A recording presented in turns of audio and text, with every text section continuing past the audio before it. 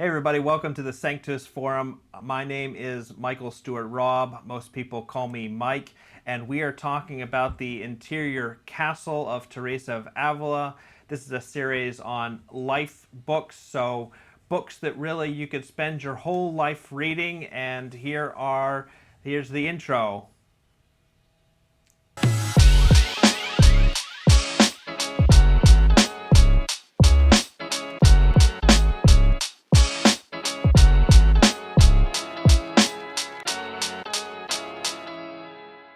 I'm here with Laura, the Finnish say Laura Hellsten, and she is helping me understand what life was like for medieval nuns. And today, hello, Laura, thanks for doing this. Today we're going to talk about prayer, and if you're looking for the first book that you are going to read on prayer, don't buy Interior Castle. I would buy Pete Greig's book, How to Pray, instead, because Pete Greig actually is still alive and he writes like he's still alive. If, however, you are only going to buy one book on prayer, then buy Interior Castle. This probably shouldn't be your first book, but it could be your last book that you buy on prayer because there's so much in it.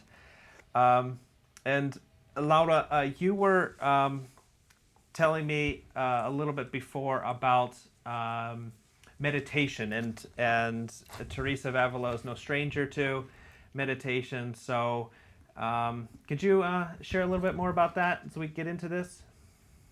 Yeah, and I thought I would actually share a little bit of a personal story. Yeah. So I myself, when I was 18, I had this experience of getting these really bad headaches, and I couldn't, concentrate. I couldn't read. I couldn't do anything, and this is one of the reasons why I kind of feel such an closeness to these medieval mystical women, because many of them actually started their journeys with God through some kind of physical ailment. They had either, epileptic seizures or pain in their body in some way, or something else that just, kept bothering them physically.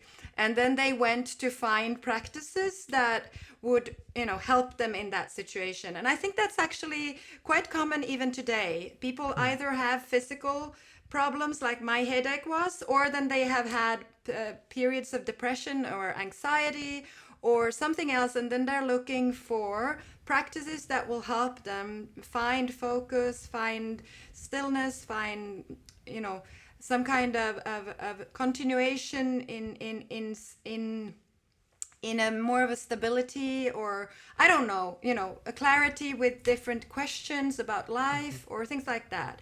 And then often, at least in my case, it started with, okay, I've read or heard that Eastern meditation practices, they are really good for this, So I did my stretching and then I would sit still for some time. And that's not a very easy practice. And it's not a very, this idea of prayer or meditation or contemplation, which is the more Western spiritual word for it, that you should be able to just be completely quiet and completely without thoughts and completely without anything in this void for 20 minutes, and that you can learn it in 21 days. And I mean, that's not my experience. I've never heard anybody had that experience. So that's one of the good ways with how Teresa breaks things down, and she gives us this, this is what you can do, this is what you can expect, this is maybe how long you're going to be in this one place, but also sometimes we think that it ends where it started, and then she says no, there's so much more to explore, there's so many things still coming for you. You will read this book faster than you're able to practice everything that's in it.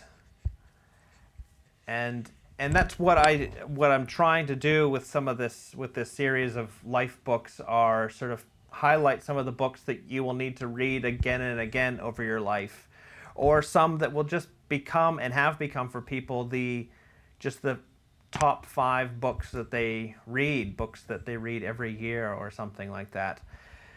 But for us, just getting started in prayer, or let's say who already have some kind of practice of prayer, where can Teresa of Avila or the Interior Castle be helpful? Yeah, well, there's several levels as I see it, and one is that she gives us this, like we talked last time, she gives us this overall image of where we're heading, that, this long stretch of life. This is nothing, like I said, that you learn in 21 days. Mm-hmm. You may start now, and then you need to keep with the practice. The practice might shift and change, but it's something that over a lifetime will lead to big changes, unexpected changes, complete transformation. However, it's nothing that we can, manipulate or push, or it has its kind of natural pattern to it. And there's some regularity. That's what she's saying. That, hey, I've noticed at my 63rd year of birth, from my birth, that there seems to be a pattern, and still there's actually not a pattern. Right. It might be very individual, and things might come in a different order. But one of the things that she really says is that, well, the way that we've been doing it in this convent situation is that we just take this one certain time of the day where we just come and sit still. That's the first thing. Don't expect anything else than a practice of learning to be still. And what I often say actually also is that, well, today I would suggest that, well, start first with a run or take a dance class. And after you've exercised your body and you moved it around and you got that thing in your muscles, then sit still. Yeah. So don't try to do something that's too big of a jump. And particularly not in a period where it's not possible. But first, make yourself tired. Then it's going to be actually easier. Yeah. That's a really good idea for getting started. We have little kids in our house, and we talk about, getting the wiggles out. You just run them outside, and then when they come back, they're able to sit down and focus on things. But as adults, we don't necessarily grow past that need to exercise our body in order to be calm physically. Yeah. And of course, we have our individual... Yeah, sorry. Yeah, say. I think, too, that when her recommendation of sitting still, that's what you're trying to do with your body. With your mind, you can just think about things. You don't have to sort of be, trying to see the backside of the Holy Spirit or something like that. Just think about things, but just focus on being where you are and staying where you are. Yeah. And then another thing that she says, which, in her way, time and period, you would do this sitting still several times during a day. So, however, that was not it's called prayer time, but that was not the prayer. It was a practice of sitting still and getting together, helping each other to do it together. The prayer would actually be from the breath you take when you wake up, all through, the whole day, all through the night. All of it. Your life was prayer. Right. So that was like... it's both the vision towards where to go, but it's also the starting point. That it's not this little holiness moment where we keep things stuck together, kind of, and we're all talking with God. And this, it's much more like breathing, much more like breathing. Yeah. We just sit still for a while to become aware of our breath. Yeah. To become aware of what's happening inside of us. Yeah. What are the thoughts? What are the emotions that come up? What are the, things that are worrying us right now that we otherwise run away from? Yeah. No, that's so important. And you will not have much of a prayer life, and your life will not become much of a prayer unless you spend some time doing that. And she calls it, she has, she doesn't call it recollection. Recollection is bringing your mind back to the task of prayer. But she talks about self-knowledge and the importance of self-knowledge, especially in the beginning stages of trying to pray. I'll read a little bit here out of the book. This is just in the first dwelling place, second chapter. She says, "It is very important for any soul that practices prayer, whether little or much, not to hold itself back and stay in one corner. Let it walk through these dwelling places, which are up above, down below, and to the sides, since God has given it such great dignity." She's referring to the soul, the human soul. "Don't force it to stay a long time in one room alone. Oh, but if it is in the room of self-knowledge, how necessary this room is. See that you understand me, even for those whom the Lord has brought into the very dwelling place where he abides." So that's her sort of seventh last room. But this idea of being in a room where you actually try to understand yourself and what's happening in your soul, in your life, and are made aware of, or you become aware of who you are and what's happening around you. I think one of the problems that I see that people get into when they're praying is they think that to pray you have to constantly be talking to God, or at least thinking about him the entire time. And so you're constantly directed, supposedly, away from yourself and what's going on in your life. And if something comes up in prayer, whatever, your relationship with your boss, then you're like, you kind of try to push that away to focus on, all the stuff that you have to say to God, or maybe listening to God or whatever. But what she says is, no, you need to let that stuff come out, and you need to be aware of where you're at, what is actually happening in your life, in order to then know what really you should be praying about. And one of the most fabulous images that she comes up with is she has this idea that when you first start praying, you're basically just in the entryway of this mansion. Like, that's where you just sort of start, and that's the place where all of the stuff from the outside world comes in and gets in there. And she talks about the reptiles, the snakes, the lizards that come into your life in that room. And the first step really is to just be aware of those reptiles and snakes and recognize that they're all in there and that you're in there too, and that's where you spend your time. It's I think, a step or a part of prayer that a lot of people jump over. Yeah, so that's another exercise that I think is very helpful, that I've also heard from people say is helpful, is also to journal. So when you sit down, you can actually, when these thoughts, ideas, emotions, whatever is, the reptiles are like, in Finland, they're mosquitoes, and Right. they're,